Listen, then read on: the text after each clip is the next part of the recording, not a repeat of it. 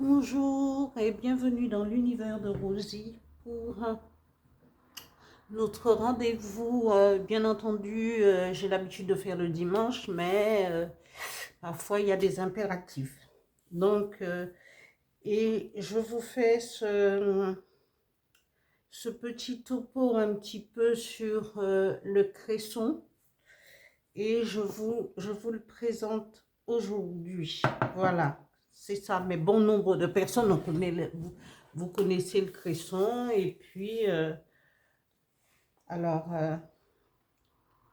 c'est un aliment où, c'est une plante et en même temps, ça fait partie, le cresson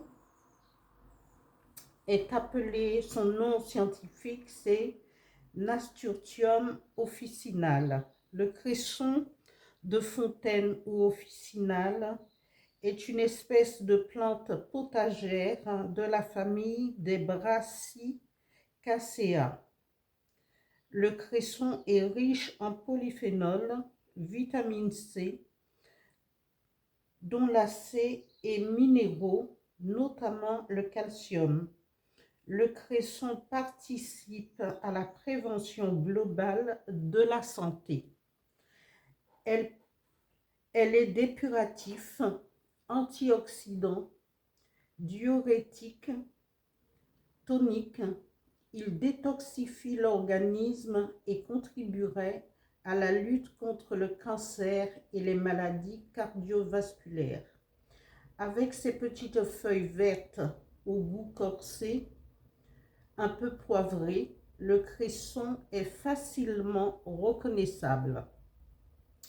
Si on le cuisine le plus souvent en soupe, il se prépare aussi en risotto, salade, porridge ou tarte avec une teneur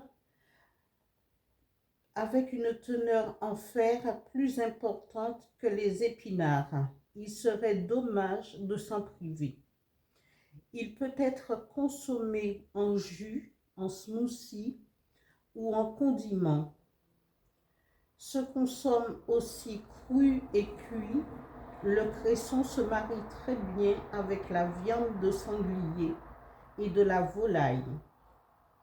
Avant toute consommation, il faudrait bien laisser le cresson, bien rincer plutôt. Il faudrait bien laver, bien rincer le cresson. En fin de lavage, mettez-y un filet de vinaigre pour éviter les petits parasites qui peuvent être dérangeants pour les intestins. Le cresson est une bonne source de fibres, un élément important pour le maintien du transit.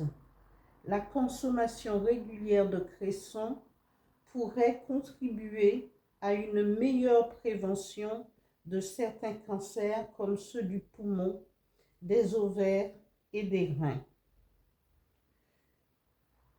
Le cresson ne convient pas à ceux qui ont des calculs rénaux. Alors, si vous avez des calculs rénaux, il faut éviter d'en manger.